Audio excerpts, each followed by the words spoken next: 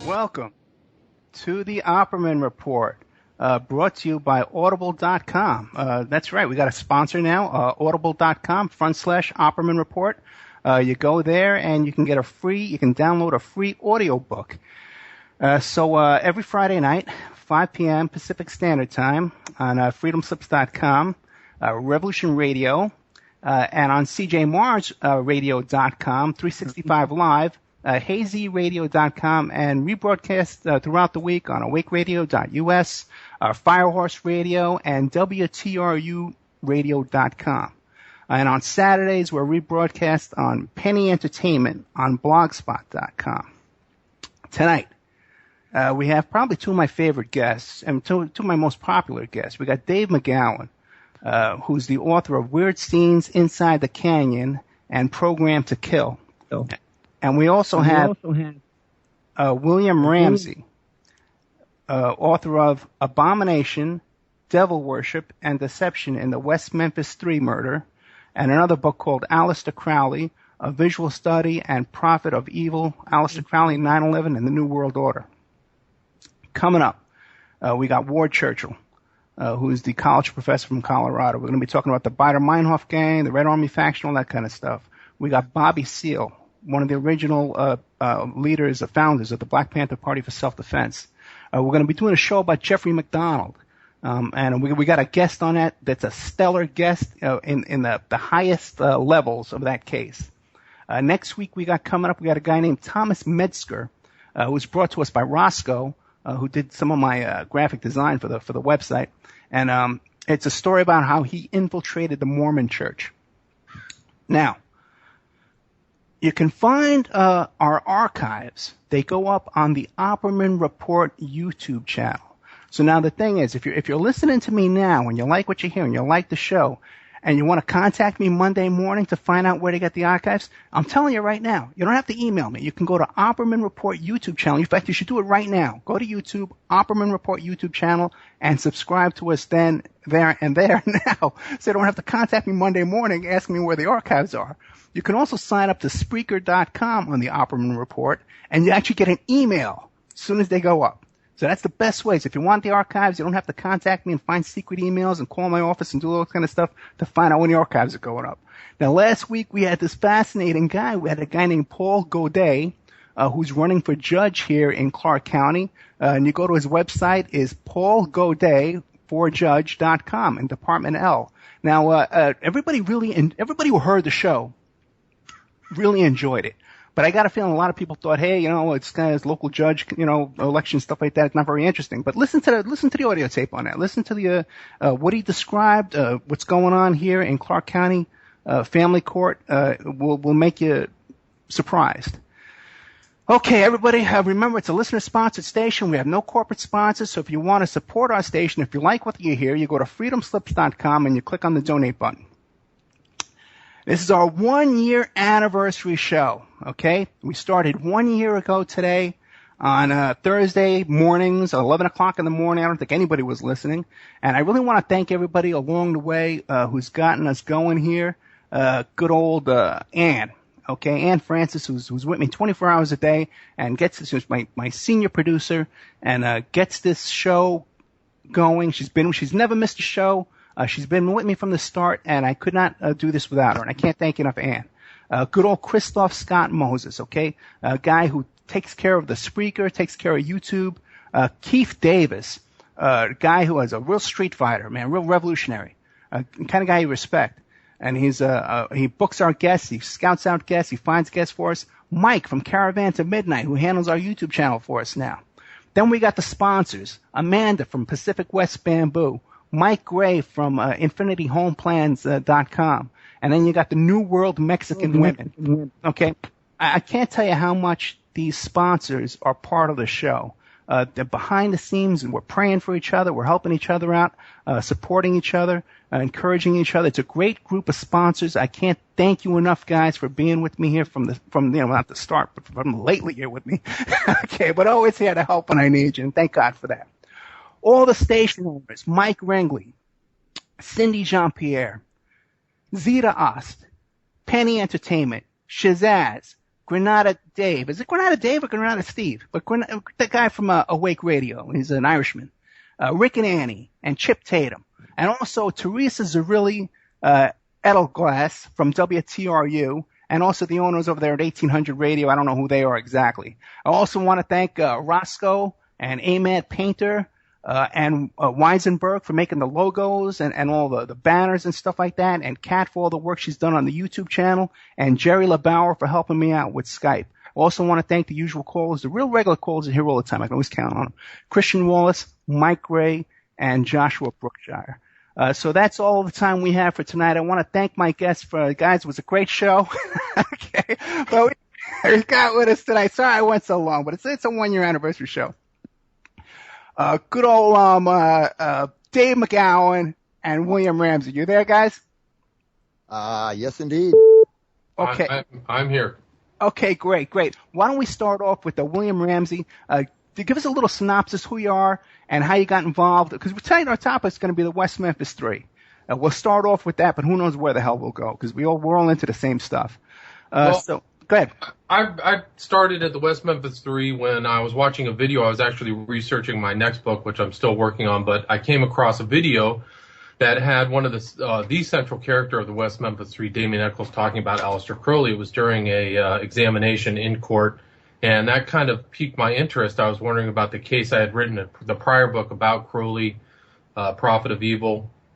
So I was wondering why Crowley was tied to the case, and that kind of drew me in. I'd heard of the West Memphis 3 prior. I think I saw the first of 3 documentaries in 1996, and I had just it kind of came out of my mind. I really didn't think about it much, and then I had seen that they were released in 2011, and once I started researching, I really was it seemed to me that I was uncovering a lot of facts and evidence that a lot of other people about the case were not covering.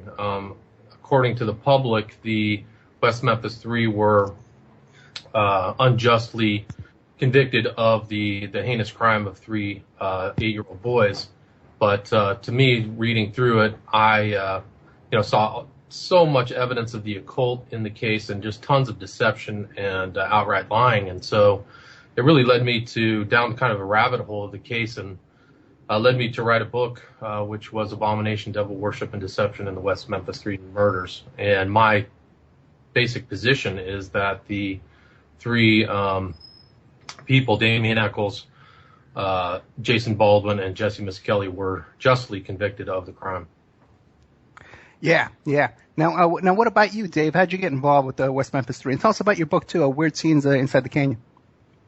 I first looked into the case, I want to say probably about 10, 12 years ago, when I was doing the research and writing Program to Kill. And, of course, the occult themes and whatnot, tied it in closely with the material in that book, but it wasn't technically a serial killer case, so it didn't really fit in with the book, so I didn't use it there. And I've looked into it a couple of times since then. It's popped up. But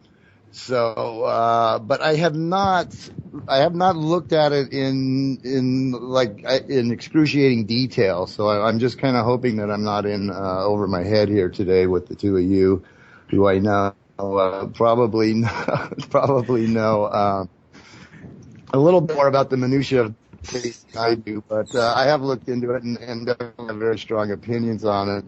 And one thing that I would say is that for me, and really, I think for most people, although it's always referred to as the West Memphis 3 case, it's never really been about the West Memphis 3. It's always been about Damien Eccles, and Baldwin and Miskelly were really just sort of the beneficiaries of what was absolutely a relentless drive to exonerate and free Eccles, through this massive propaganda campaign waged through Hollywood with the HBO films and the Peter Jackson film and whatnot. And, it's Eccles that's out hanging, partying with the Hollywood crowd and getting the film production credits and getting the lucrative book contracts and the well-attended public appearances and going out and getting matching tattoos with Johnny Depp.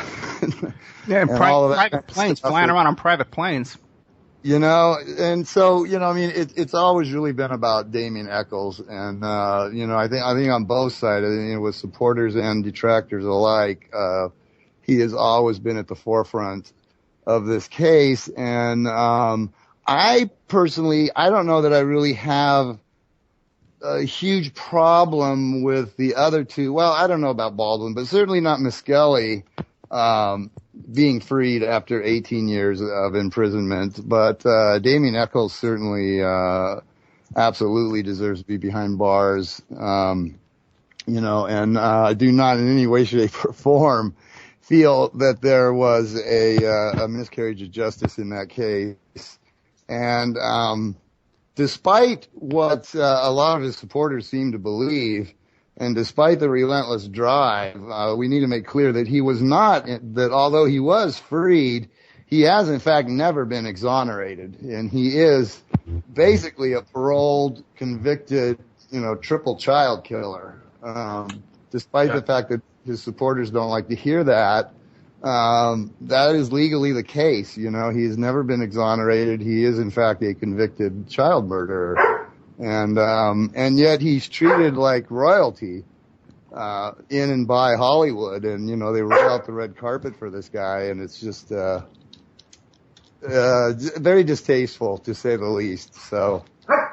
Yeah, I think that's one of the more remarkable elements of the case, and I think you really encapsulated that well, is that there's just so much propaganda about it, and the celebrity element is really a rarity in so many other murder cases. But it is true, he's actually a double convict. He's actually a rarity in the criminal justice system, where he was convicted in 1994 and then again in 2011 with the Alford plea, which his supporters seem to think is something less than a guilty plea, which is transparent falsity. It is a guilty plea, so that's what allowed him probation.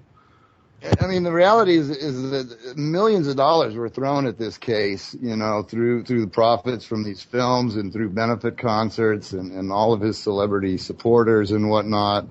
And I mean, the guy had a veritable army of high-dollar attorneys and private detectives and FBI profilers and filmmakers and everything else working for him, for 18 years, trying every legal means possible to get that verdict overturned. And it stood and still stands to this day.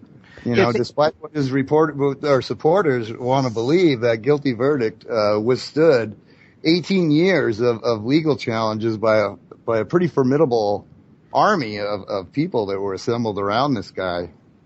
Yeah, they had a billboard up, a billboard in the middle of town saying, hey, come on in and come up with any kind of excuse or any other suspect, whatever information you got, and we'll pay you, come on in. So, yeah. He attracted all kinds of ex-felons, people who came up with new memories 15 years after the fact. I mean, there was one claim, which is the most farcical and ridiculous, is that the murders happened because 4 guys were engaged in some type of orgy and the 3 children came upon them. It's unbelievable how the twists and turns of the case over this 18 years. Yeah, it seems like lately they want to point the finger at good old Terry Hobbs, who is listening right now. He's been on the show before. He's been on the show with me and William, as a matter of fact, and he'll probably be calling in tonight during the after show. Now, one thing is, when we started talking about this, as soon as you bring up any guest I have on here, as soon as you bring up West Memphis 3, I had Pat Brown, the criminal profiler. I had Diane Diamond. I had Vito Colucci. I had Steph Watts. Anybody who's in the media and you mention the West Memphis 3 case, the first thing that comes out of their mouth is, those people are so crazy, man. They're going to be stalking me. They're going to be trolling me, insulting me. Have you guys ever experienced, well, I guess, David, have you, any other controversy you've stuck your nose in, have you seen any group of people that are just so rabidly insulting and rude and troll-like than you have with the West Memphis 3 case? Yeah, it was. It got a stronger reaction, I'd have to say, than anything that I put up on my Facebook page. I set up a Facebook page primarily to promote my book, and I post, various things on there that are related either to the book or to other avenues of research that I'm, pretty well known for. And I don't know that any got a more mixed response than that one. And I think I am firmly convinced that that the guy uses plants in his public appearances. And I wish I would have bookmarked it, but I didn't. But a couple of years ago, well, maybe it wasn't, maybe a year and a half ago or something, I saw this video on YouTube of one of his public appearances where he was doing kind of a Q&A. He and his wife were on stage doing this Q&A with a large audience in his auditorium. And the very first gal that they called on to ask a question asked a pretty hardball question, but it was fair. It was a fair question, I thought, certainly. But it was a question that was very critical of things that he's claimed and said in the past. And Eccles kind of fumbled around for an answer, and then she took her seat, and then they immediately called the next gal up.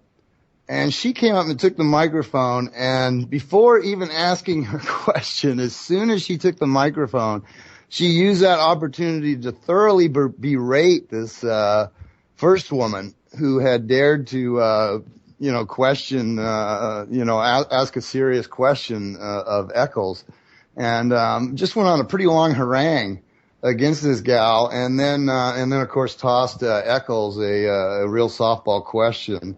And I got the definite impression that she was a plant that was in the audience specifically to be called on if Eccles, found himself in a jam or happened to get a semi-hostile question.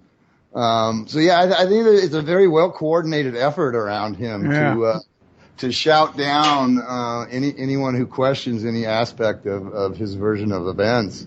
Yeah, and I think that's true also on the internet and Facebook and all kinds of social media. They have, I think, a very sophisticated PR team that actually monitors social media for anything negative and make sure that some of Eccles' cultists or followers or paid opinion makers respond to any negative positions within a day. I've actually posted stuff late at night at 12 o'clock and had a response like, a really feral, ferocious response within 2 hours. So to me, that was like an indicator that there's some type of sophisticated monitoring going around about his name or anything with that kind of tag, whether it's West Memphis 3, Damien Eccles, something like that. So, and I know for a fact that they're one of the most unusual elements of the entire situation that a lot of people don't know about or can't get their head around is that how many cult followers he's got who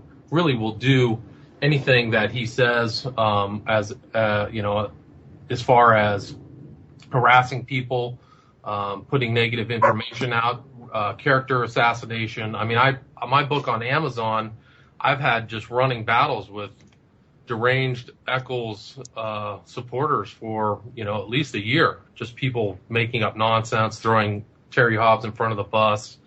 It's really amazing. I'd never expected anything like that, and it really clarifies a lot of how the situation of how he got this so much support is that he has a core of supporters, and I know for a fact that there's a couple pretty sharp people amongst his supporters who operate under 2 or 3 or 4 different aliases online.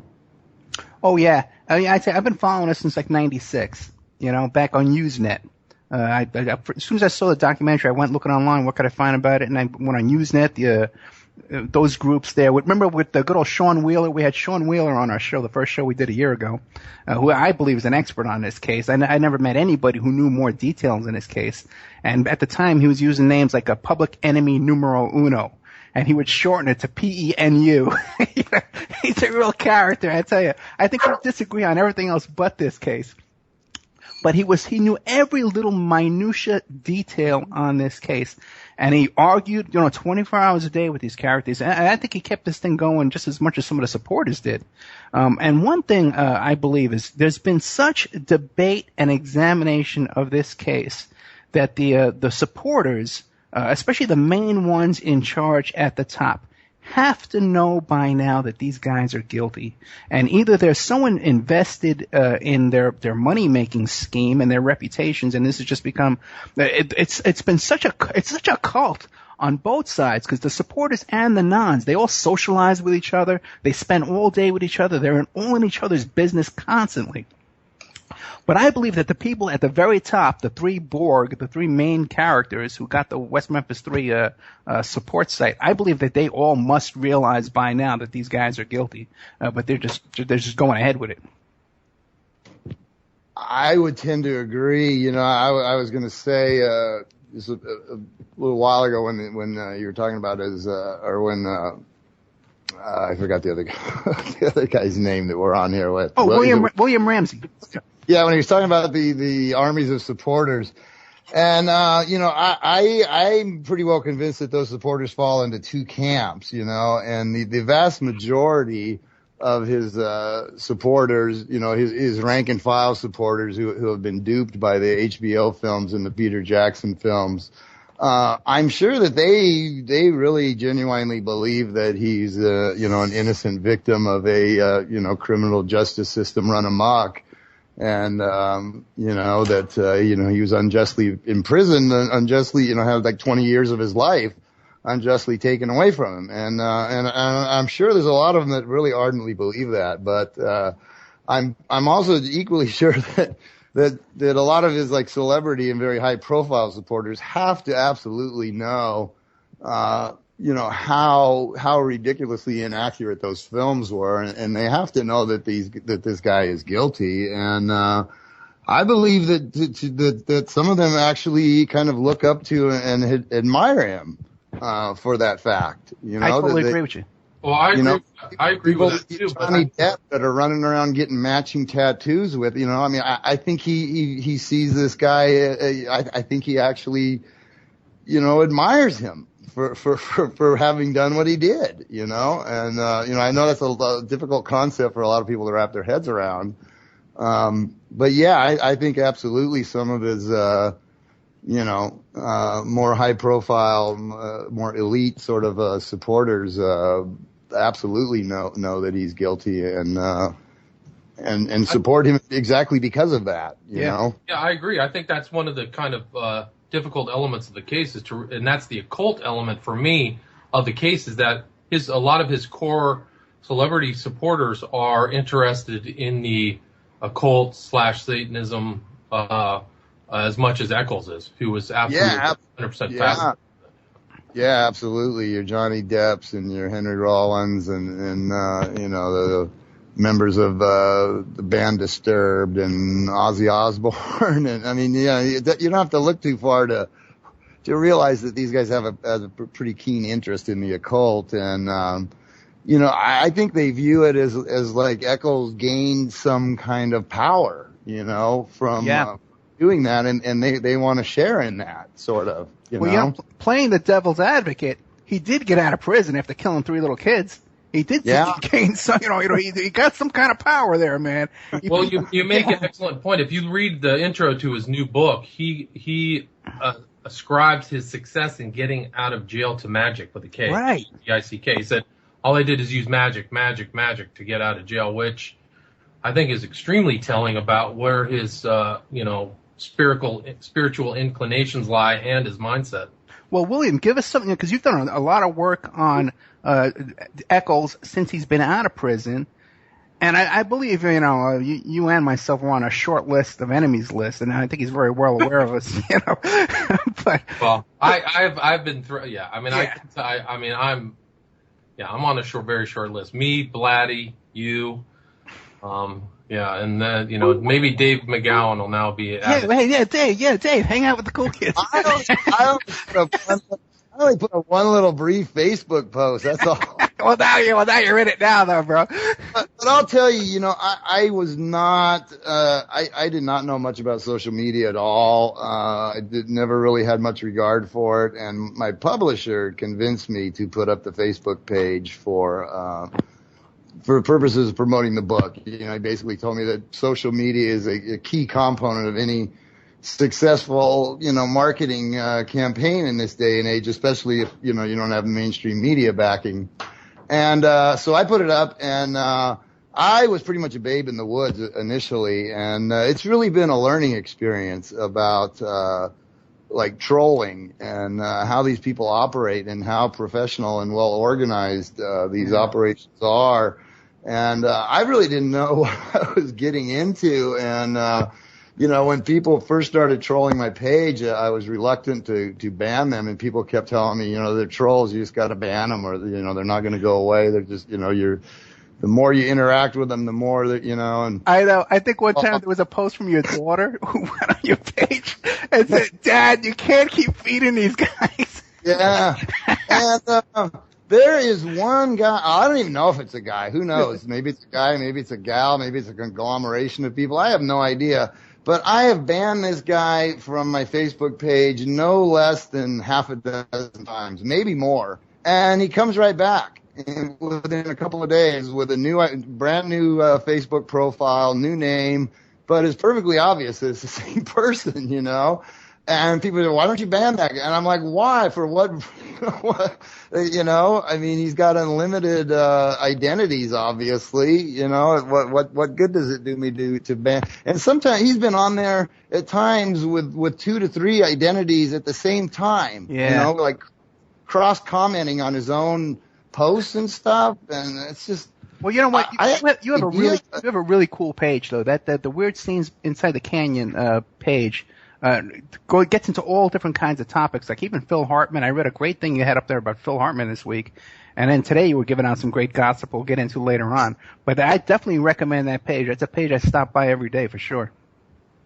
Well, thank you very much. Yeah. And, it's been a learning experience. And I've also found that if you ban them from Facebook, sometimes they will go directly to Amazon and retaliate for banning by slamming your book on Amazon. So, I've gotten 1-star reviews from people specifically because I banned them from Facebook. And I'm pretty sure that some of these same people that are using multiple identities on Facebook have also reviewed my book under multiple identities, making it look like there's more 0-star, 1-star, or whatever it is reviews than there actually are.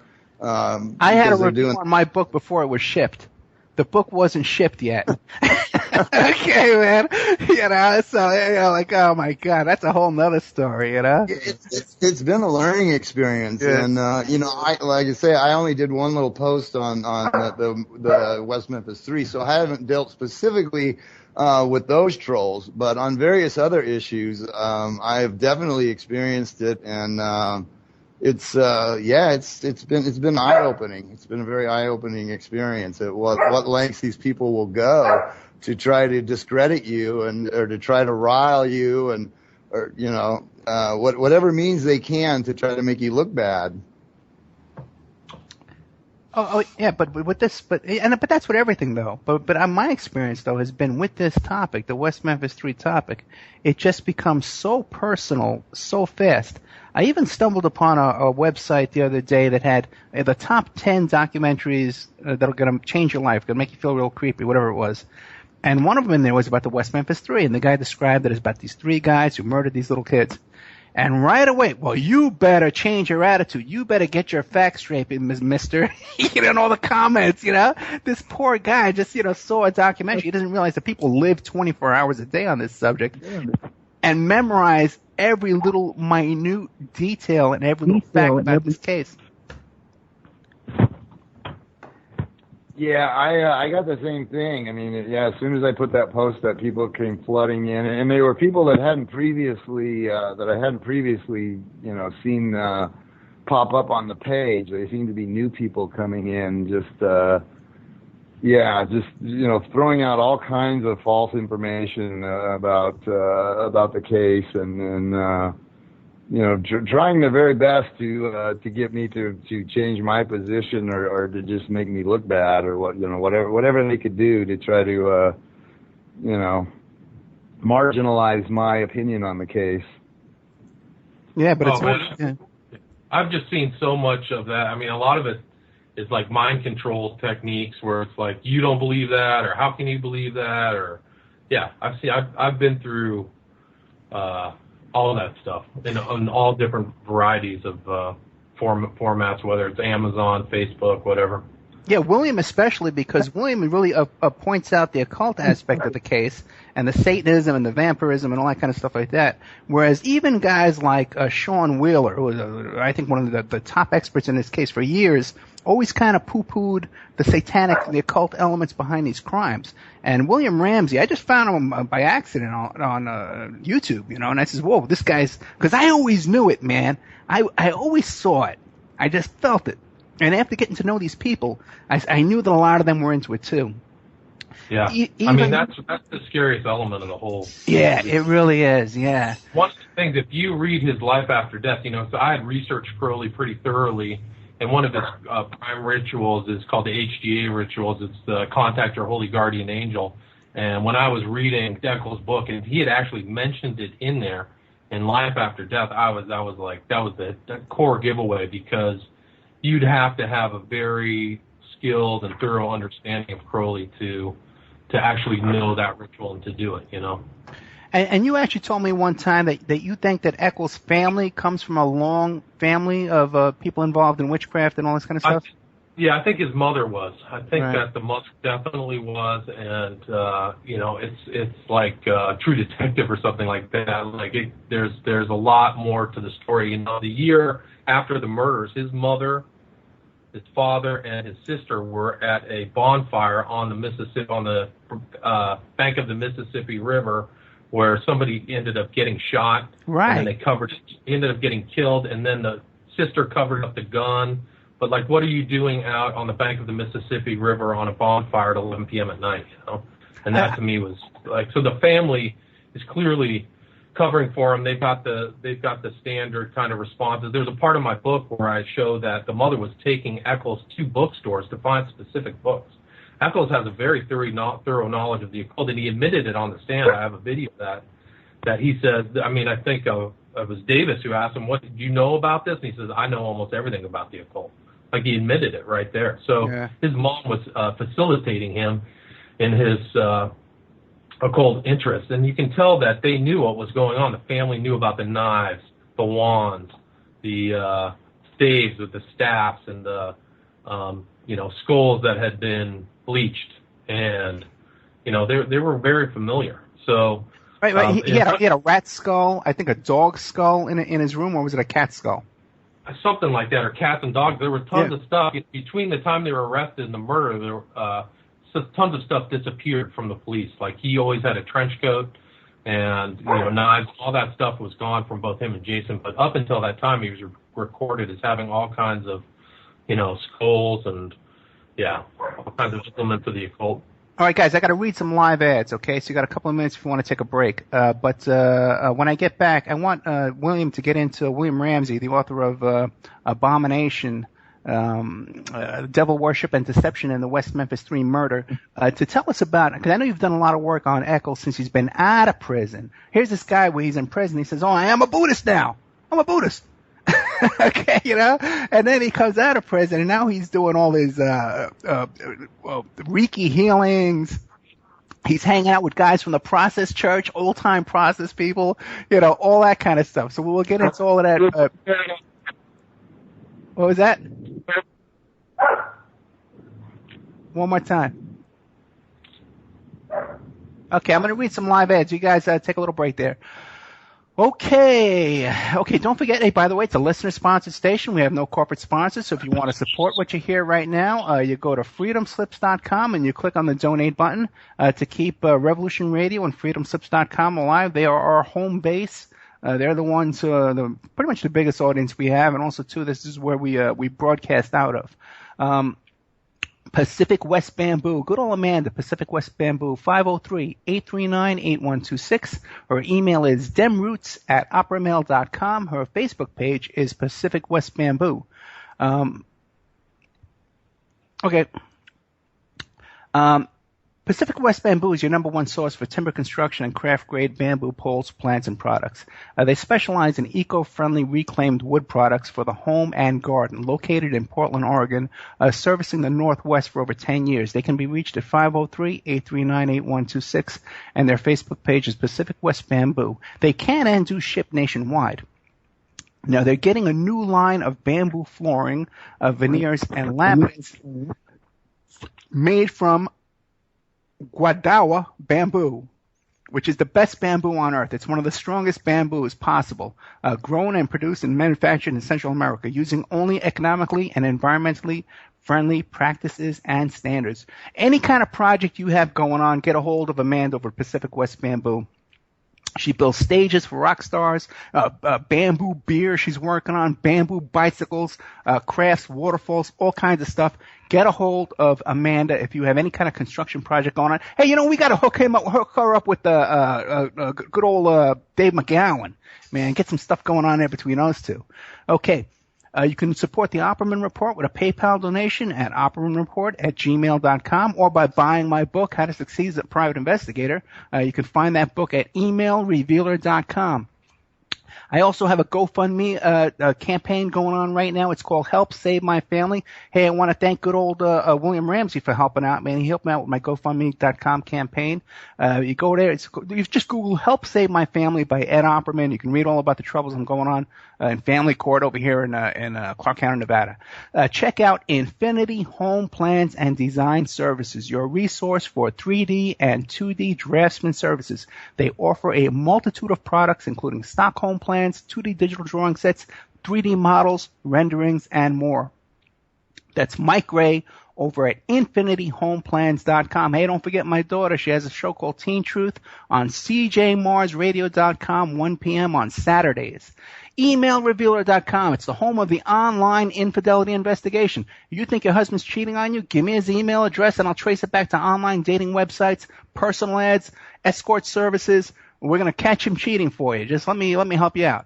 Emailrevealer.com.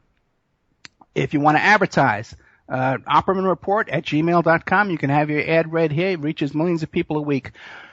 New World Mexican Women. Okay, now this is these women from the state of Guerrero in Mexico.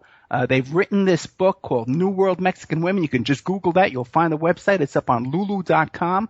It's an incredible book. It's like a coffee table book with beautiful pictures in there. Pictures of these women writing letters. They live in Mexico and they make jewelry. They have webinars where they teach how to make authentic Mexican jewelry. Half of this book is dedicated on how to make authentic Mexican jewelry. And then the other half is their love letters to their husband, their men, their family that are in the United States trying to earn a living and support this little town down there in Guerrero, Mexico. These women, these New World Mexican women, who in turn are supporting the Opperman Report. And an incredible bunch of women who, again, are praying for us and helping us out, supporting the show. So we got to help and support them too, and keep that little state. It's not a little state, okay? They get upset with me. These New World Mexican women. They're kind of the New World cranky women, okay? They're a little cranky down there, okay? Kind of heckling me an email every now and then if I don't pronounce their state correctly. But they're wonderful women. You can look at these pictures and read their letters. They're just beautiful, incredible women. But we're here tonight with William Ramsey, author of Abomination, Devil Worship and Deception in the West Memphis 3 Murder, Aleister Crowley, A Visual Study and Prophet of Evil, Aleister Crowley, 911, and the New World Order, and good old Dave McGowan, who's written Weird Scenes Inside the Canyon and Program to Kill. So we got two experts here on the occult, on murder, conspiracy, everything you can want to get on this kind of topic. We have a stellar cast tonight. William, I know you've done a lot of work on Eccles since he's gotten out of prison, and how he's hanging around with old-time process guys. I'm really like big shots in the process church. Yeah, I mean, he was with a guy by the name of Genesis P. Orge, who's been around the process for at least 20, 30 years, and he was in a movie that was in New York, and there's even a picture of them together. And that's a pretty heavy duty connection. This guy's still doing process rituals and stuff like that. Eccles is covered his body in black magic tattoos. He has the same tattoo that this one guy has from Red Dragon, the movie Red Dragon. It's the same kind of Chinese insignia. He's got that tattoo. He also has a black dragon tattooed, but the most stunning tattoo is the one that they put on his back. It seems like a lot of these guys have this black sun tattoo, and it's pretty scary. I mean, so he's also, doing all kinds of Reiki work. He's tried to integrate himself with yoga works out here in Los Angeles, believe it or not. He did something called Magic on the Mat with a very well-known yoga instructor. And Yoga Works is really, there's all kinds of Yoga Works studios out here in LA, but it seems like they got the message, and one of the kind of studio shows that they were going to have out in LA got canceled, and that whole thing fell apart for Eccles. But I have covered some of that material on my on Facebook, and it's on West Memphis 3 Facts. Is really a great site for anybody who wants to see some truthful investigative work on the West Memphis 3. So West Memphis 3 Facts on Facebook, or also West Memphis 3 Truth. Also Eccles, he's now in New York. He's still doing kind of artwork and associating with some, he's basically still sending out his interest in the occult. He's still making these Theban designed tattoos that he has, shared with Peter Jackson and Johnny Depp. And the Theban kind of alphabet is also known as the witch's alphabet. Then I'm just getting a little. So you guys still there? Yeah. Okay. Let's see. He's still kind of doing his own thing. He's got pictures of wands and crystal balls on his websites, and he's still kind of continuing his. I think that's his kind of identity, is this occult identity, and he's still doing interviews. He was on CNN recently for his new book, and it's pretty amazing. Yeah, he did a book signing at Book Soup just days after I did mine, actually. Except that his was not held in the bookstore where mine was. They booked him into one of the local theaters so they could accommodate a much larger crowd. And they actually charged admission to go and see him and get your book signed, which I've never heard of that, for an author to actually charge admission to a book signing. And my first thought was that that was designed to keep out all but the true believers, most likely. What kind of crowd did he have for that? I did not attend, so I have no idea, but when they booked me at Book Soup, I was actually sandwiched in between Tate, the Sharon Tate sister, who had recently written a book about her sister. What is her name? I can't remember her name. Deborah Tate, or I don't remember, but she had just been there right before me, and Damien Eccles was scheduled to appear just a day or two after me. So it was kind of weird timing that I got sandwiched in between the Manson murders and the West Memphis 3 murders. Yeah, that is a little creepy. In my Book Soup appearance, yeah.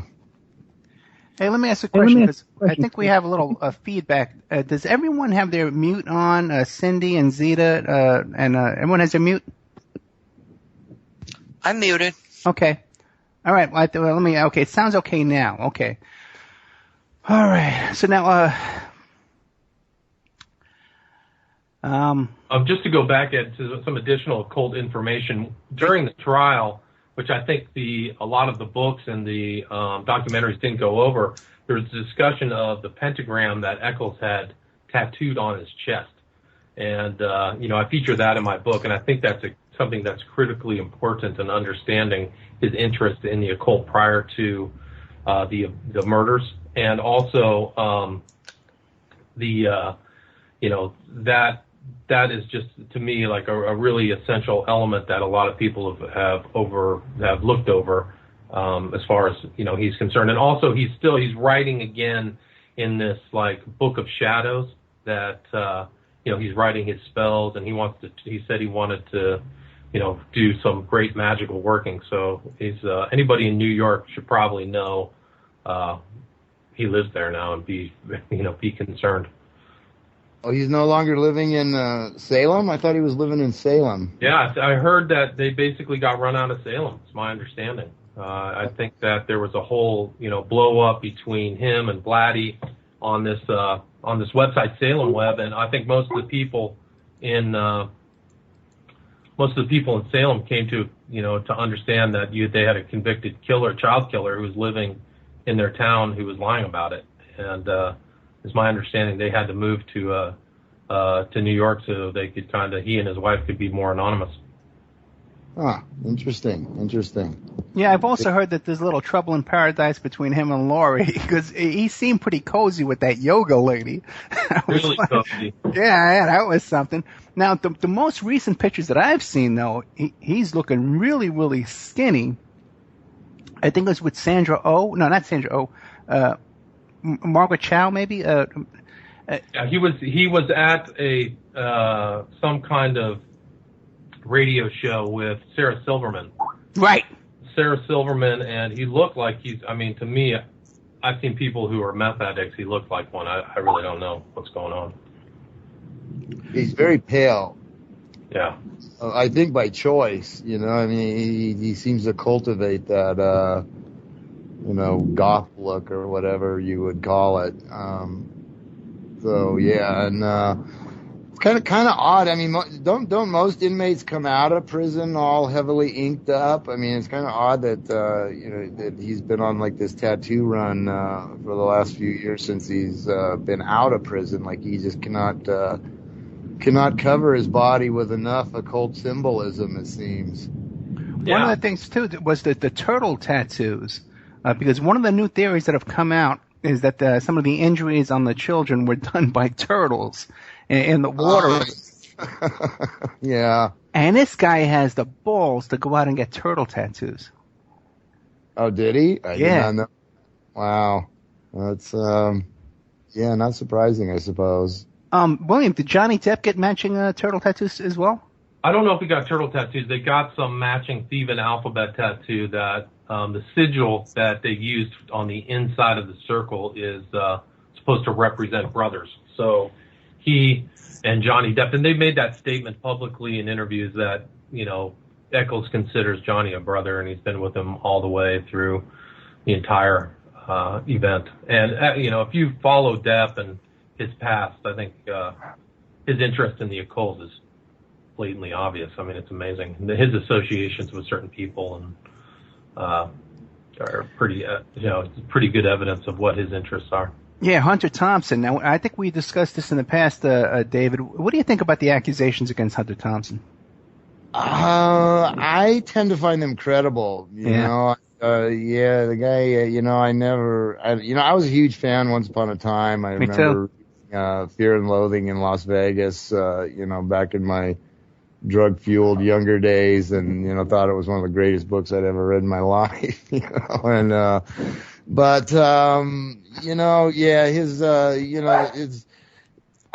tend to find them credible. I know that there's considerable controversy over those accusations, which first appeared in John DeCamp's book, right? His Franklin cover-up book, I believe, and which came from Paul Bonacci, I believe, right? One of the my dog is driving me crazy tonight. And they've been very controversial, but I tend to find them I tend to find them credible and believe that it may have been connected with his death, possibly. Yeah, if you want to see a very interesting interview with Hunter S. Thompson, it's online. It's the interview he did with David Letterman, where he walked on stage and his right hand's bandaged up. I would suggest to you and your listeners just Google that and take a look at that. It's pretty damning and kind of verifies what he's all about. I've done some research on Thompson, and it's not pretty. I think he says I enjoy killing. Yeah, I like to kill. He basically says I like to kill. And then he also follows up at the end of the interview is the best place to hide is in plain sight. Or I can't remember his exact words. That's a paraphrase, but basically, the best you got to see the interview. It's amazing. Yeah, sort of like a Jimmy Savile, Yeah. Yeah, and Thompson, when you read his books, it's, Fear and Loathing on the Campaign Trail, and because I read all his books, man. I was a big, some of his old books, man, I read them like 10 times, and breaks my heart. I was a big Sarah Silverman fan too, but he talks about hanging out with Jimmy Carter, hanging out with Richard Nixon, so the guy had his access. Yeah, he was given considerable access to Nixon on the campaign trail when he wrote that book, and way back in the day, he was quite the icon of the hippie peace and love crowd, and the guy was actually quite the reactionary, and quite a gun nut, and he basically lived on this armed compound, and ran for sheriff and came close to winning, man. He shot someone, didn't he? Wasn't there a controversial shooting on his compound at one time? I don't know if it was the shooting. He definitely was, somebody accused him of sexual assault in a hot tub on his compound. But he also lived on, I think it was Mount Parnassus in San Francisco, and he used to shoot his gun out the window. And he also worked at the, was it the Farrelly Theater? What was that theater that was in San Francisco? The Farrell's? That sound right? Yeah, the brothers, yeah. Yeah, and they ended up, one of the brothers ended up shooting the other one. Yeah, I didn't know that. Yeah. He was a doorman there. Oh, really? Yeah. Oh, that's interesting. Yeah, and then the Hells Angels, that whole bit. Yeah, he had very curiously easy access to the Hells Angels for a considerable length of time. Yeah, that was led by Sonny Barger, who was almost assuredly a police / FBI informant. So yeah, and his longtime attorneys in Colorado were the same law firm that represented the Ramseys and the governor and various other dignitaries in the state of Colorado. So curious choice for a law firm to be representing. And so yeah, there was a lot of aspects about him that didn't quite fit the the mold of who we're supposed to believe he was. And had a pretty close relationship with old Johnny Depp as well before he died. And with Don Johnson. Oh, really? Oh, yeah. Really? I didn't know that. Oh, yeah. What's that? Well, I guess you Googled their names together, but I know they were hanging out together. But because you just had some information today that you just shared on your Facebook. You want to share that with us today? Well, it came up in conjunction with the Menendez case, and somebody had emailed me to ask why I did not include in Weird Scenes the strange life arc of Karen Lamb, who was one of Dennis Wilson's wives, twice actually. He married her twice in 1976 and then divorced her very shortly and then remarried her in 78. And but that was the only information that I had come across about her in all the research that I'd done on the Beach Boys. I hadn't come across any other information about her. But as it turns out, after her time spent with with Dennis Wilson, she became a pretty close friend of Kitty Menendez, and was a good friend of hers when her and Jose were gunned down in their Beverly Hills mansion in 1989 purportedly by the two sons, Eric and Lyle.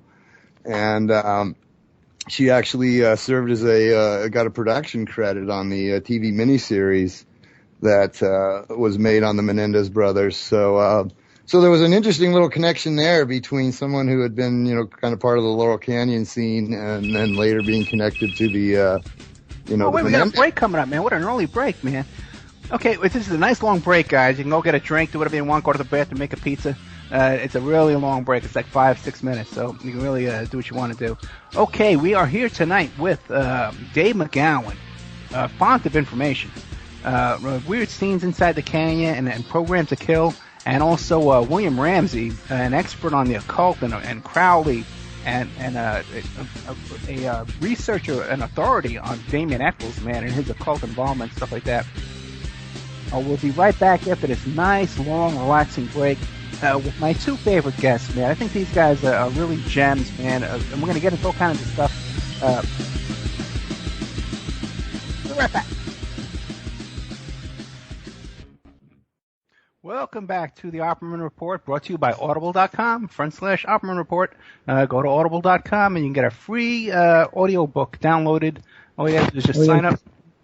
And we're here every Friday night, 5 p.m. Pacific Standard Time on Revolution Radio, freedomslips.com. If you like what you're hearing, please go to freedomslips.com, locate the donate button, and make a donation to keep the stations running. I know they just had to raise the amount that they need to raise every month, because it's totally listener sponsored. There's no advertisers or anything like that over there. Any advertisers I can come up with are basically just to keep me going, keep the Skype going, and keep the Spreaker going, and keep the power turned on and all that kind of crap. Okay, we're here tonight with Dave McGowan, Weird Scenes Inside the Canyon, Program to Kill, William Ramsey, Abomination, Devil Worship and Deception in the West Memphis Free Murder, Aleister Crowley, A Visual Study and Prophet of Evil, Aleister Crowley, 9/11, and the New World Order. One thing, guys, that popped into my head, I made a note about it, that maybe you guys know about it, maybe you don't. I don't know what brought it to my mind, but Arliss Perry, the Arliss Perry case, because maybe I was thinking about it because we just both, all three of us, got invited to that little top secret Maury Terry group. But the Arliss Perry case, what I found out recently was that her husband became a therapist or a psychologist or something like that. And you know what he did, man? He was the guy who was treating the kids from Waco. Really? Yeah. That's the gal that was ritually killed in the chapel at what was it, Stanford or something like that? Yeah, that was connected. That son of Sam, David Berkowitz, brought up and said, "Oh yeah, that's a process case." He's the one that drew it into this whole thing. But her husband became a therapist, a big shot therapist, I suppose, I guess working for the FBI or what, who knows, and somehow he wound up to be the guy who was treating the kids at Waco. Small world, isn't it? Yeah, that's one way to put it. That case is really incredible. I grew up in Palo Alto, so I was familiar with that whole situation, the rumors. I knew a lot of the people at the I grew up with a lot of the families of the people who worked at the law firm that she did right before she died, and there was like something. I mean, that all that case is in Maury Terry's book, The Ultimate Evil, and one of the elements of the case that was researched by him was that somebody came and talked to her at the law firm that people assumed was her husband, and then when they saw her husband, or they saw the real husband at the funeral, they were wondering who that other person was at the law firm. Really? Yeah. Now, what's this thing you wrote, The Process, the Crowleyans, and the Unsolved Murder about Arliss Perry? That's a book you wrote? No, that's just an article I wrote about the Arliss Perry killing. Oh, yeah, we got to check that out, yeah. Yeah, so the interesting thing is she died on like a holy day of Crowley's, which was Crowley Moss, as a celebratory day of Crowley's birthday, which is, if I recollect, October 12th. Yeah. So she died that, and the whole element of her, like where her body was splayed out, was very occult. And I can't confirm this, but she was splayed out on the altar. That was the real truth about the case. And they moved the body from the altar to the side of the chapel just to kind of maintain the sanctity of the killing, or the sanctity of the church. Excuse me. Who did the place? Yeah. Oh, that's interesting. Yes, and then it was just an awful. And somebody had played or displayed the genes of hers in some kind of occult manner, where there was kind of like what you'd see on a Masonic sign, like as basically the compass and the square or whatever. It was like you have to there's pictures of it on the article that I wrote, Process Crowley Moss and the Unsolved Murder of Arliss Perry. Yeah, that's what I had heard, that it very, very heavily Masonic symbolism, that her legs were spread and then her pants were like kind of crossed across them, representing the Masonic square. Like as above, oh so below kind of iconography. Yeah, the kind of reverse chevron sort of design. Yeah. So what do you guys think, man?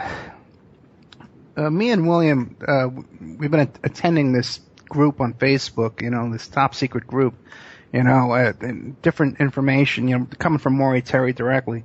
But there seems to be like a new theory that the process are not really a satanic group, but is more like an intelligence agency group, but they just have the satanic front in order to attract people that are kind of willing to do murders and sell drugs and pedophilia and stuff like that. What's your guys' take on that theory? I don't know. I really don't know. I wouldn't have nothing that I've read about it has shown that to be the case. Yeah, it's, I have not heard or read anything in that regard. So I couldn't really comment on that. But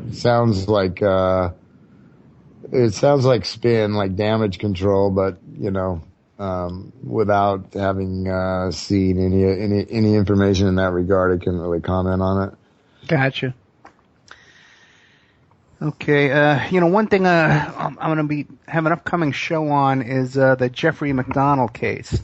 What are your guys' opinions on that? I've never studied it, so I have a very topical understanding of it. Okay, what about you, Dave?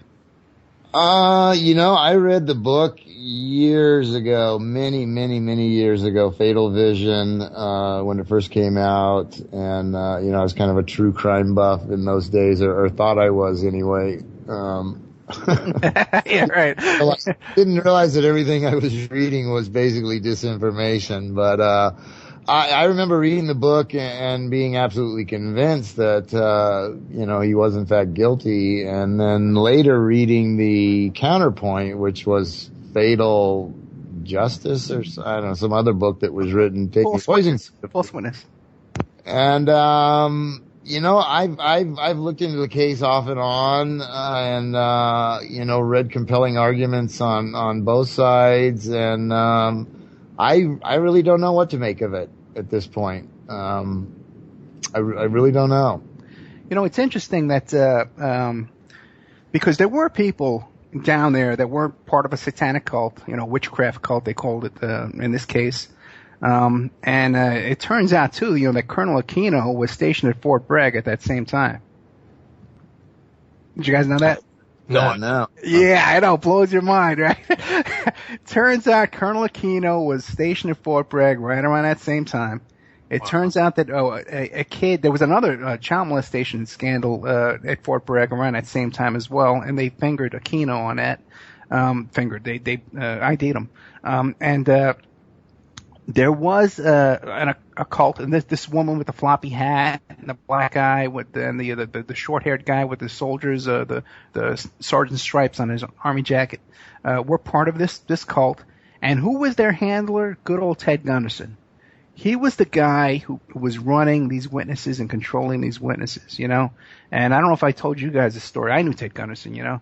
And but I don't know if I told you the story about how when I spoke to Jackie McGooley, who was the mother from the McMartin, yeah, the McMartin case. You know, she was dating Gunderson. He was living at her house, and I was chatting with her on Facebook back in AOL back in those days, a long time ago, like '97. And she said, "Okay, call me up on the phone." In fact, she thought I was Alex Constantine. Okay, when we were chatting online, because I was so obsessed with his work, man. I had it all memorized, you know. So I contacted her, and we started talking about Gunderson. And she told me, she says, well, you know, Ted Gunderson talks on the phone to Colonel Aquino every day. Wow. And I said, he does. And I was a big fan of Gunderson at the time. And I says, why? Why would he do that? And she goes, it makes him feel important. You know, but he was on telephone contact with Colonel Aquino every single day. And I don't know if you guys are familiar with the accusations now from Stu Webb and that circle against Gunderson. Tell me about it. Well, he talks about how Gunderson married, I think it was Anton LaVey's ex-wife or something like that, and that Gunderson was fired from the FBI for doing satanic rituals and all kinds of bizarre stuff. And Stu Webb lived with them. Stu Webb lived with Gunderson here in Las Vegas. And I was involved in some litigation in a case out here that Gunderson was on the same case as I was. And he was actually kicked off the case because he wasn't licensed here in Nevada, which is really unusual because you can work for a lawyer without having a local license. But he was barred from the case by the DA's office and by the judge. And that was Stu Webb was behind it. Stu Webb got mad at him and ratted him out in the court case there and got him thrown off the case. Huh. I also spoke to Jackie McGowan. I'm pretty sure it was her, one of the McMartin moms. I'm 90% sure it was Jackie McGowan. Many years ago, she called me on the phone. Probably about the time that I was doing the research on what would become the Program to Kill book, and I was looking into the McMartin case and the Finders case and the Presidio preschool case and various other high-profile cases of that nature. And she leveled some pretty serious accusations against Gunderson when I spoke with her, and basically told me that he had come in kind of posing as the white knight, that was going to, fight for her and whatnot and, publicize her story and ended up trying to sabotage her research and her files, according to her, and tried to poison her. Oh, really? Was slowly poisoning, she said, and various other things. I mean, she made some pretty substantial allegations against him. Yeah. So that's one. We believe she's dead now. Story, but what's that? We believe that McGawley's dead now. Oh, is she? That's what Stu Webb says, and I've located her home. There's at least a year ago when I was working on this. When I heard the whole Stu Webb accusation, when I heard the Stu Webb accusations about 18 months ago, I said, "Oh crap!" I said, "That's exactly what Jackie McGawley told me." And Jackie McGawley told Stu Webb the same stuff she told me, but now and also too, I think they were friends too. But when I asked Stu Webb, "Hey, I want to get in contact with her," I've emailed her that she doesn't open the emails. He says she's dead. I've looked her up. I found her address. There's still a home under her name. That was about a year ago, 18 months ago. I never got around to mailing, sending her a letter or anything like that, too. But she's definitely fallen off the radar. She's not talking to anybody. And according to Stu Webb, she's dead. It's quite possible. I mean, it was a long time ago because, Program to Kill was published in 2004, 10 years ago. And so the research I did on it was done 11, 12, 13 years ago. So it's been quite a while since I spoke with her. And she actually mentioned a couple other people too that had kind of come to her as under the guise of trying to help her, and guys who had reputations as being the good guys who she felt very victimized by, and so she was very skeptical of me Right. You know, because she basically had a track record of trusting these, you know, internet figures who, you know, appeared to be fighting the good fight, and then she'd let them get close, and they'd end up, you know, doing exactly the opposite, according to what she told me. So, but you know, that was that was many years ago, and I never had any contact with her again after that. So I have no idea. But at that time, she was still living down in the Beach City areas, and I grew up down there. I grew up down in Torrance, so not far from where it happened there in Hermosa Beach. So that was my old stomping grounds down there, so I know the area very well. But yeah, I have no idea whether she's whatever became of any of the McMartin parents at this point in time. It's been many years now. Well, yeah, they fought an uphill battle because, you know, good old Oliver Stone, you know, produced that movie starring James Woods, you know, and good old James. Yeah. HBO. Yeah. The only time HBO decides to weigh in on a supposed miscarriage of justice case, it's always on the wrong damn side. You know? Yeah. Martin in a very high-profile way, and with the West Memphis 3 in a very high-profile way, and very interesting. Both just serving up massive amounts of disinformation and just massively misrepresenting the case.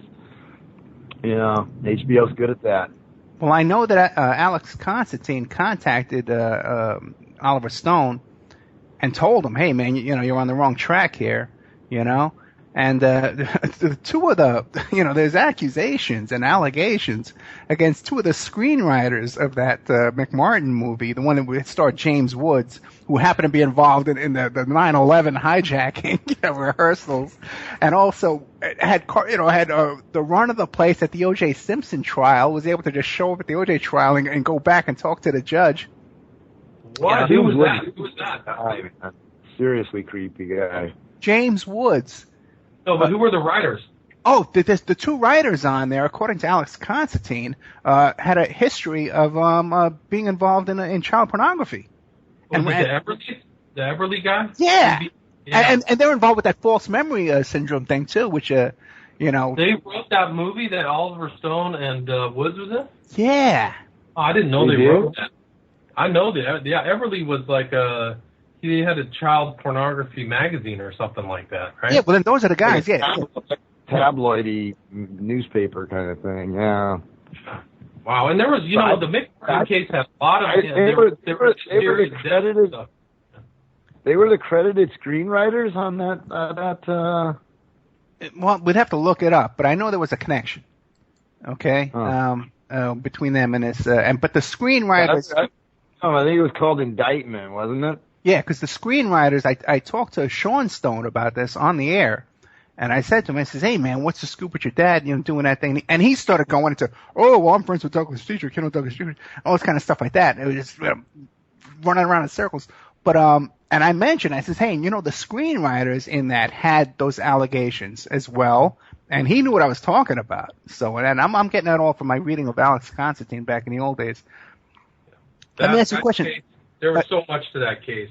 There were like the chief complainant, the mother died early of supposed alcohol stuff, and there was a couple other deaths of people who died mysteriously. I think one of the cops died. Suicide, yeah. Yeah. But also too that all the kids had the same STD. A couple of people died like. I don't think the kids ever denied it. A lot of them were still adults today and said it happened. You know. Yeah, but when you look around to look for, well, I'm trying to get a guest to come on my show and talk about that case, and the only people you could find publicly are the ones who have recounted and said, "Oh, it's all fake." There's something came out a few years ago where now it's conclusive that it was all fake. But you know, from my talks with Jackie McGowan and Alex Constantine, I believe the case is legit for sure. You know, the tunnel reports, you know, and then other people I've talked to, and then even Aquino has a connection to that case. The kids, didn't know that. How does he have a connection? I believe some of the kids in that case said that they were taken to a room that was painted all black that had a cross on the ceiling, which a lot of people talk about, which is the Aquino apartment in San Francisco. they were transported to San Francisco? Yeah, those kids in McMartin talk about getting on a plane and stuff like that. Just like, a lot of people overlook this though, man, but this kid in the Michael Jackson case was being flown around on a private jet. This last kid who made these accusations, the Arvino kid, yeah, we were just talking about that today. Because Jamie Masada was involved in hooking that kid up with Chris Tucker. Why does Chris Tucker have a private plane? You know what I mean? The guy's a comedian. He's not that big of a comedian. He has his own private jet, and that he uses to fly around little kids to meet Michael Jackson? That is bizarre. That is totally bizarre. Well, that's the same way it was in the Nebraska situations. Those guys were all being flown around D.C., Vegas, California.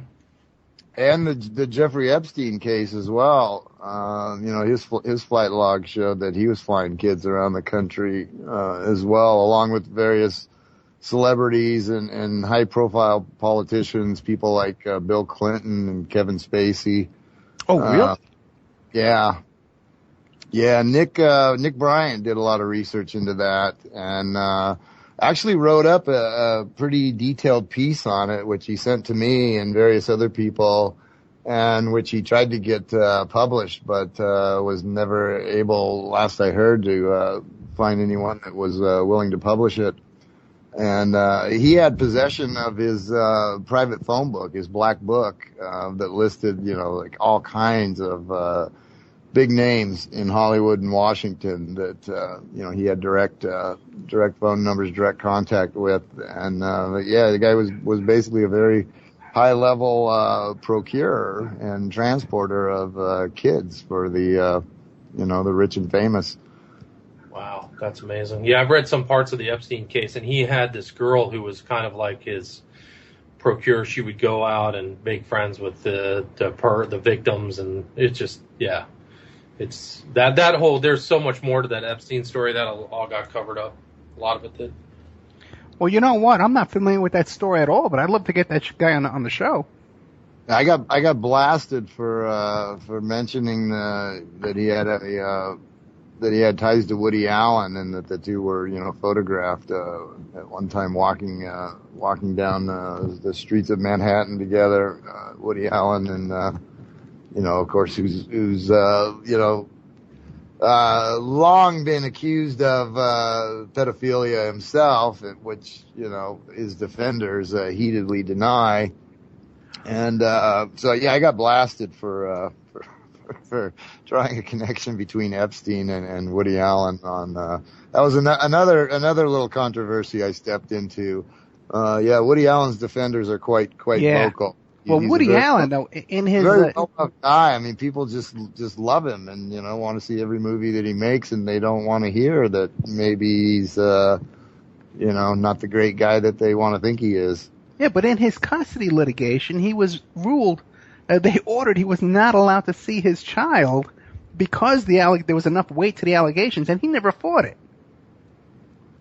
Yeah, well, again, just like in the West Memphis 3 case, his supporters tend to misrepresent, what the actual, court results and findings were, and they like to claim that he was fully exonerated, and that, the investigations and trials and whatnot cleared him, and, it's the same kind of thing, these people tend to be protected, so, A lot of them have a lot of PR. A lot of that stuff is like fake, AstroTurf, supporters. A lot of these guys put money down and put it into a pot, and it gets sent out to guys who will, support them from telephone banks and computer banks somewhere at, some offices. And that's really, a lot of it to me is fake, just like the West Memphis 3. I don't know what happened with all that money that they raised. I wonder if they're still spending it on the, on the PR that they're getting. I don't know, but they sure poured a lot. I mean, just, all of these major Hollywood stars getting involved and putting on charity concerts and donating the proceeds from films. And I mean, there just had to be just a massive pool of money available to, achieve their goals.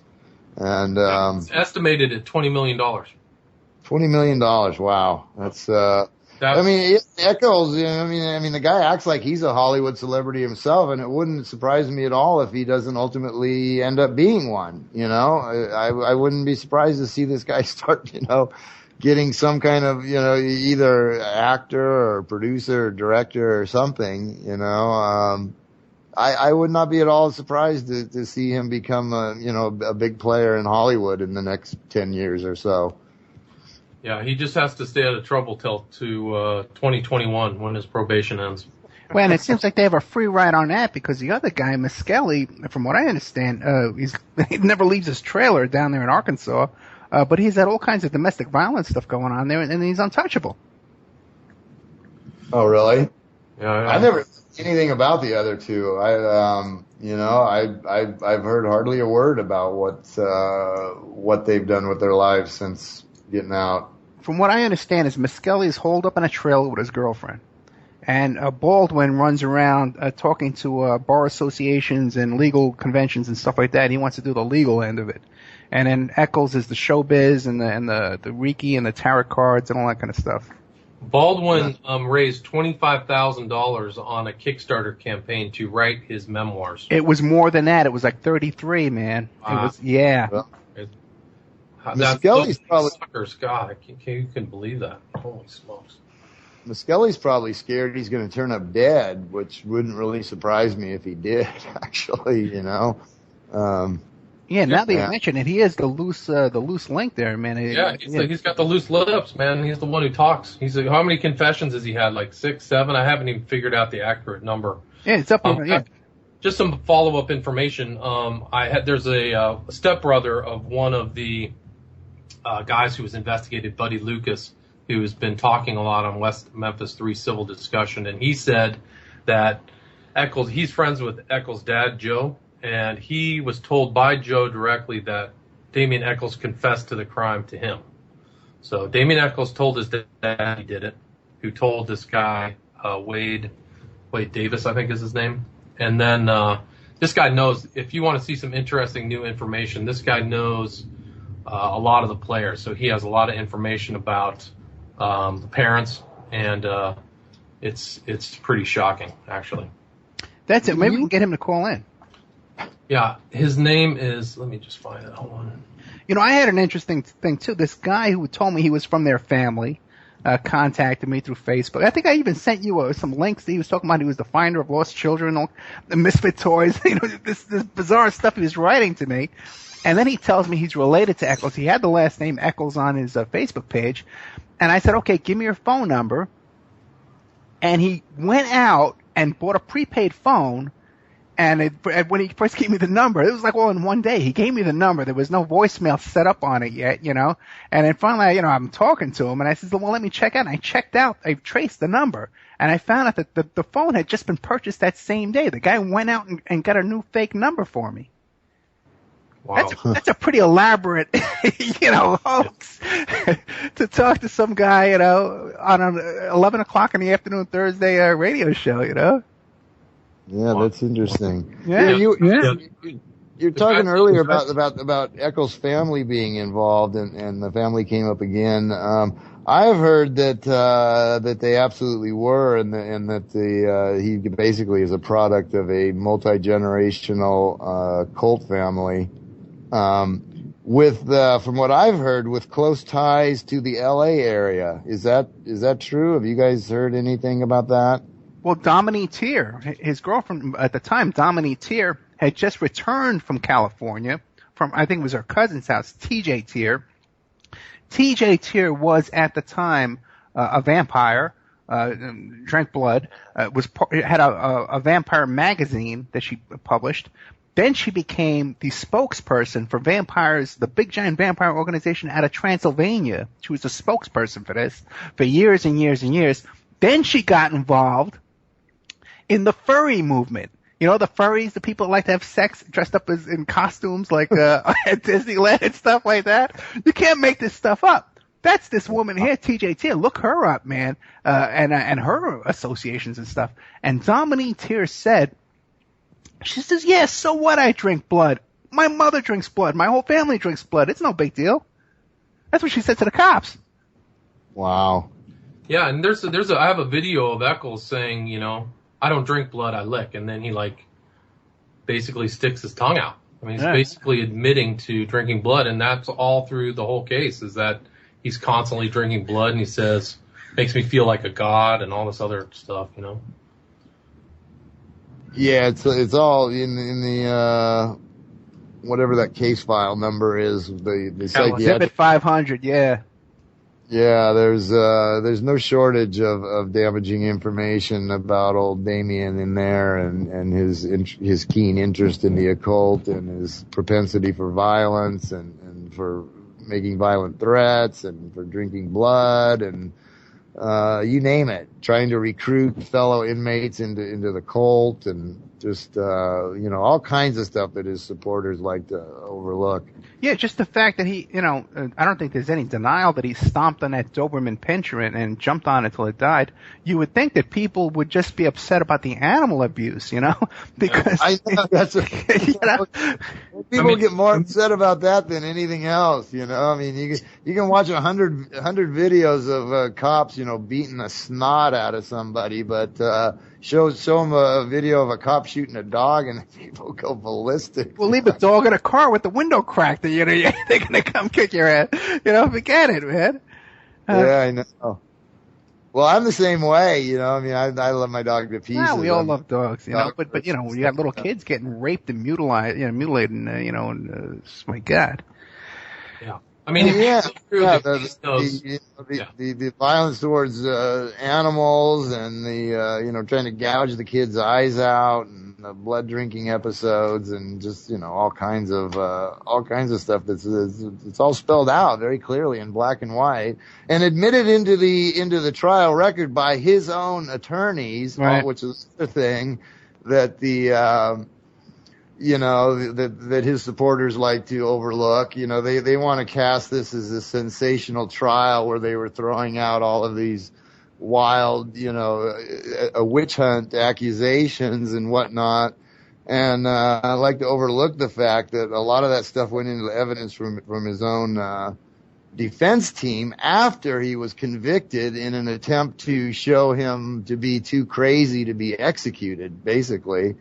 So that wasn't even stuff that was entered by the state. It was by his own defense team. And we have Sean Wheeler to thank too, by the way, for talking to the DA's office and getting a hold of that Exhibit 500 and putting it out on the internet, because before that no one had it. Wow. Oh, really? Oh, yeah. Do you know that as recently as 2007, his attorneys were arguing in the court that he shouldn't be put to death by reason of insanity? No, I didn't know that. Yeah. So it wasn't that long ago that his attorneys were arguing that, and I still have yet to ascertain how many attorneys he has had. It's like he's had 7 or 8. People blow out. Well, what about that whole business about where the guy in the next cell, they had actually cut a hole in between the cells, and he was sneaking into the other guy's cell, and they were having sex, and then he sued, saying that it was unconsensual sex. He sued the prison? Correct. The guy's name was Gardner. He was a fellow death row inmate, and he was put to death. But Eccles was trying to manipulate the jail into getting better privileges or something like that. But his argument was that there was a brick that was missing, like a large, sizable brick, and they were crawling through. But there's no way that he could have snuck into the next cell. But I can't imagine how prison officials could overlook a hole that big in a death row cell. On death row, yeah. How was it? Well, then he was interviewed. He was interviewed for what was it, Law TV or whatever that old Court TV. Thank you. He was interviewed, and they were questioning him about it, and he basically admitted that. I can't remember his exact words, but he basically said that's all I had to go on. I was just, that was my attempt at delaying. Well, what about the one where he's being interviewed and he says, "And my teeth were so infected and so rotted that I lost all my teeth." And then the woman says, "But you have your teeth." Yeah, I know. You're still in prison, and I know. the guy lies constantly about his prison experiences and you know, contradicts himself constantly. You know, I mean, by his own words, you can tell that he's lying. You know, like he loves to talk. I've heard him say repeatedly at different appearances how he had to live in fear, you know, the whole time that he was in prison, that somebody was going to come up behind him and shank him in the back, and what a relief it is to be able to live a normal life and just go out to a movie and not have to be constantly afraid that someone's going to shank him, you know. And yet, in almost the same breath, he's claiming that he was held in an isolated cell and not allowed any human contact at all, you know, deprived of any human. And I'm thinking, well, kind of hard to get shanked if there's nobody else around, isn't it? So you know, so he repeated that exact claim on lies repeatedly about his prison experiences. Look, you know, look at the Piers Morgan interview. He says that exact same thing. Does he? And then you know what? His wife shakes her head like she knows he's lying. It's an amazing interview. Look at the Piers Morgan interview. He puts his finger up to his mouth, makes the sign of silence, like the occult sign of silence. And they're just BSing. And then Piers Morgan is in on it. He's like, I can't believe you would ever be convicted. You don't look like a bloodthirsty child murderer. And then you look at his face, and there's this pale, gaunt, looking child murderer. Larry King, too. Larry King gave him a free ride. Bill Maher, is that the guy I'm thinking of? It was also M-O-H-R. Yeah, that guy. Yeah, I got the right guy, right? Yeah, I forgot his first name, but yeah. He's fawning over him, man. Like, you know, my God, what was going on in that? I'm talking about the guy who writes the blogs about the Real Housewives of New Jersey and stuff like that. I don't know that. Yeah, that's his name, Bill Maher. You know, but anyway, he had his own little. Talking about the HB. Jay Moore. Jay Moore. Yeah, Jay Moore. That might be it. Yeah. The comic, Jay Moore? Yeah! There's a long interview with him and Eccles. Oh, I didn't know that. Oh, he's fawning over him, man, like you wouldn't believe it. Oh, really? You know, he had a TV show years ago that I loved. And, you know, it gets harder and harder to enjoy any kind of entertainment anymore, you know, whether it's music or TV or movies. When you learn, you know, who and what these people really are, you know, it gets harder and harder to detach your brain and watch these people on your TV and think of it as entertainment, you know. Yeah, and like you guys were saying, you know, about the PR departments and their agents and their lawyers and stuff like that. These major celebrities, they can cover things up. And they can get stuff silenced, you know, because even cases I was working on, you know, when I was doing all those big celebrity cases, you know, like the Ashton Kutcher thing, you know, where the first girlfriend, Brittany Jones, that whole thing, even though we had the proof, it just can't, no, we can't talk about it. It's done. He's denied it. His lawyers are involved. The whole thing's shut up, you know, and was just poo-pooed away. But it wasn't until he got caught with the second girl, then Demi Moore divorced him, and they got divorced, that it came out that, yeah, the first girl was telling the truth, too. You know, so these guys, they have power, man. They can flip a switch, man, and get a story shut off and played the way they want it. Yeah. Unfortunately. So, yeah. The media is controlled even by these satanic cults. Yeah, pretty much. I mean, they're definitely protected. I mean, the media definitely serves to protect them, and they're also just protected by the fact that the whole concept of it is just so outrageous to people. You know, the whole notion that these people who are beamed into their living rooms, you know, on a regular basis, whether they're, you know, film stars or TV stars or newsmen or politicians or whatever, could actually, you know, lead a secret life that is just so far removed from what we, you know, perceive as being 21st century life, that they're kind of protected in a sense by just, you know, how the absurdity. The absurdity. You know? The idea that Tiny Tim, Tiny Tim is, even hanging out with Roy Raiden. You know, people don't want to believe it, even when cracks do form in the facade, and you get a peek at the reality. People do not want to believe it because it's just so far removed from their everyday reality. You know. Very true. Yeah, but how far removed is it really? Because when you look at this, the Cartoon Network in the middle of the night, what is it called, Adult Swim or something like that? There was something posted today in that Maury Terry group where they had subliminal messages talking about how Baphomet, and the Illuminati's in control. In the commercial for this Adult Swim on this Cartoon Network in the middle of the night, it's just unbelievable.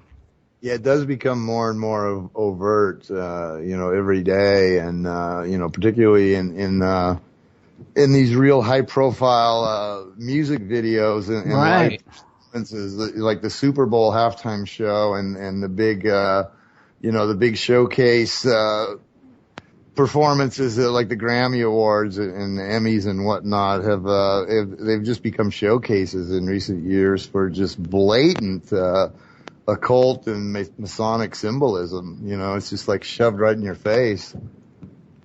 Yeah, and kids, like my daughter's age, like 14 years old, they all know, about the Illuminati and and all this kind of stuff like that. Yeah, it's I don't know, like what are we doing, man? Like when we're doing all this research and thinking that we're brilliant because we're finding out this information, are we really finding this out, or are they feeding it to us and just to get it out in our faces, to rub it in our face in some kind of way? I wonder about that myself sometimes, I'm like, people ask me, are you scared? Do you get threats? Do you get harassment? Do you get, this and that and that? And, and the truth is that I really don't. I lead a pretty normal, day-to-day life, for the most part. And, I know that I'm not working for them, as far as I know from, but I sometimes wonder if the information that I'm putting out there is actually information that they want out there. And while I think I'm doing this great job, to save humanity, maybe I'm doing what they want me to do, I'll tell you one thing about you, Dave. A lot of people I've talked to have read your book, like Hank Harrison, the father of Courtney Love, like Mark Rudd from the Weather Underground. It seems like, and these people like we're a little iffy about, when I bring you up, man, everyone's heard of you and everyone's read the book. Well, it certainly seems to be getting around. Yeah. It's I'm amazed day by day when I check on Amazon to see how many reviews it's gotten. I mean, if you were just going just based on the Amazon reviews, you'd probably think this thing was like a nationwide bestseller, by all the attention it's getting, both pro and con. The majority of the reviews are very, very positive, like 75% of them are 5-star reviews, and then a lot of the rest are 1-star with not a whole lot in between. But so it's a book that people feel very, very passionate about, one way or the other. The people that have discovered it feel very passionate about it, and that's very evident from the reviews, some of which are just so over the top, I can't even read them. They're just like embarrassing, just, these people want to put me up on a pedestal. And, so yeah, it's definitely, considering that it has no mainstream support whatsoever, I've just done alternative radio and, podcasts and whatnot. And, it's gotten no mention whatsoever from print media, radio, television, anything else. Considering that, it seems to really be reaching a lot of people and really resonating with a lot of people. So, hey, you were on WBAI, right? How'd that go? I don't know what all I've been on, man. I've done probably 50 interviews since the book came out, with most of them being like 2 hours long. So, probably close to 100 hours of interviews, and they all just kind of blend together after a while. It's I feel like I'm on just sort of on the auto mode sometimes, and there's, here's this question again. Okay, I know the answer to that one. I've got that one well rehearsed, and I've just I've done so many similar interviews. Since the book came out that it's really hard to keep track of who's who. Okay, real quick, I got to read some ads real fast. But now, guys, we can go as long as we want. CJ Mars, we have to drop Freedom Slips and Hazy Radio. We dropped both of those stations at 15 minutes. But CJ Mars lets us go as long as we want, and there'll be a YouTube video and a Spreaker video too. So if you guys want to take some calls and hang out, no pressure. If you want to, great. If you don't, think it over, grab a beer, and I'll read some ads. Pacific West Bamboo, 503-839-8126. Damroots at oppermail.com.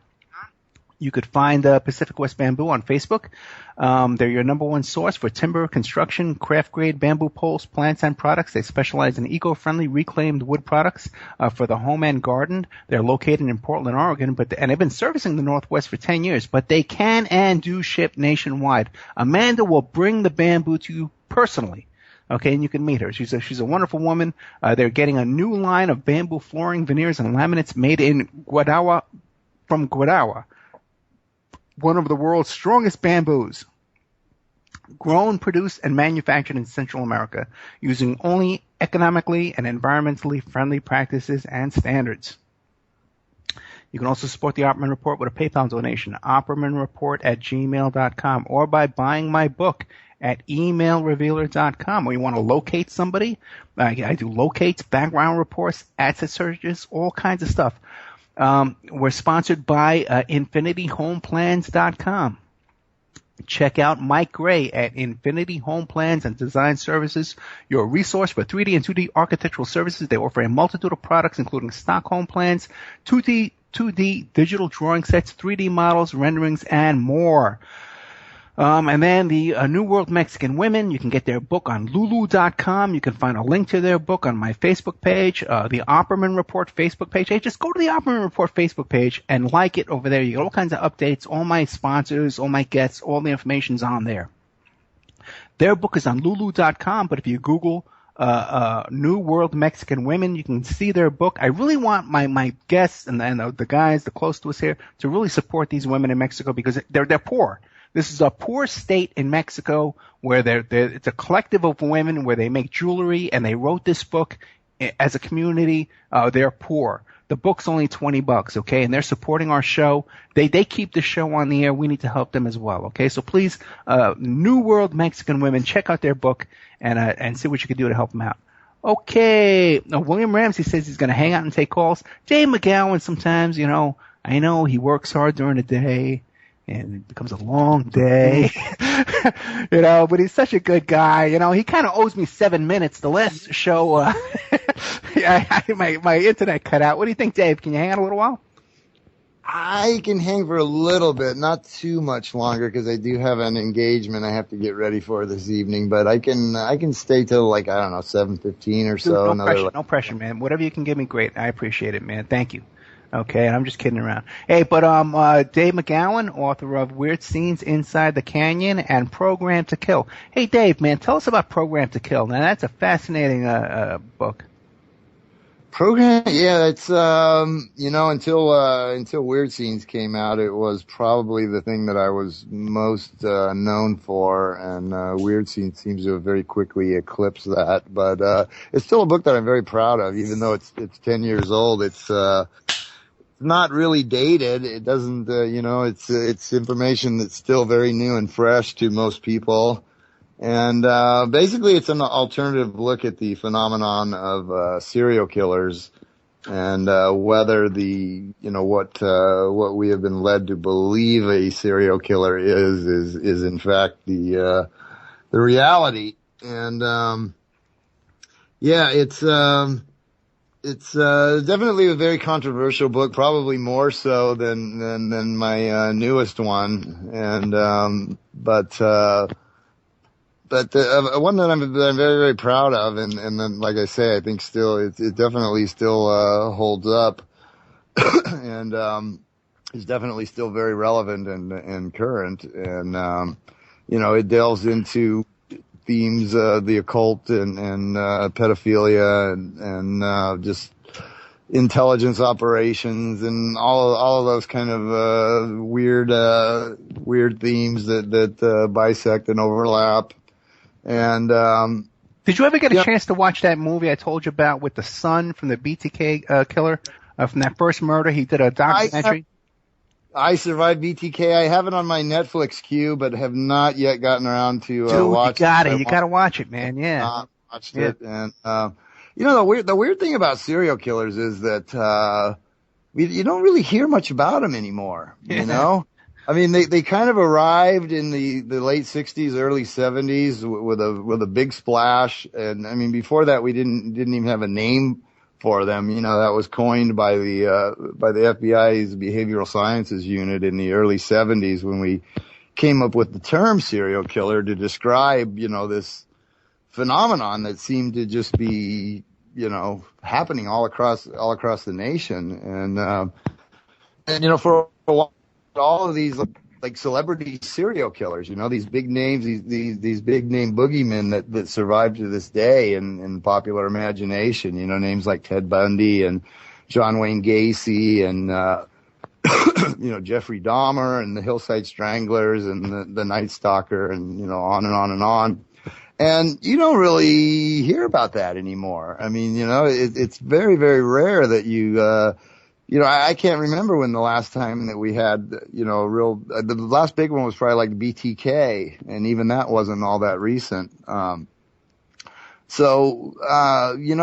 was a time, a definite era when serial killers just seemed to be everywhere and, kind of came out of nowhere and then seemed to be everywhere.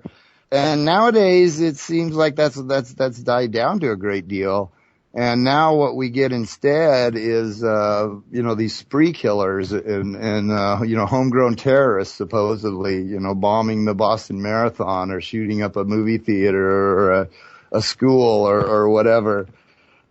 And that's really taken the place and really serves largely the same function that serial killers once did. And nobody really questions that, why serial killers became this huge, everyday kind of phenomenon for a, period of, 20 years or so. And then, and now seems to have, that seems to have largely passed. And now instead we have, these spree shootings as a daily occurrence. And that's accepted as, it's just remarkable to me really that people just accept stuff like that as, this stuff just like comes out of nowhere. And the next thing you know, it seems to be a part of our daily existence and people just readily accept it and don't question why and don't question what purpose that could possibly be serving for the state. Yeah. Oh, well, that's it, man. We're going to leave freedomsips.com and Hazy Radio. Happy anniversary, guys. Thank you very much. But if you want to Skype in and talk to William Ramsey or for a few minutes, Dave McGowan, it's a big chance to talk to some really experts on these topics. Skype me at ed.opperman on my Skype thing here, and you can talk to William and David, and we'll get to that.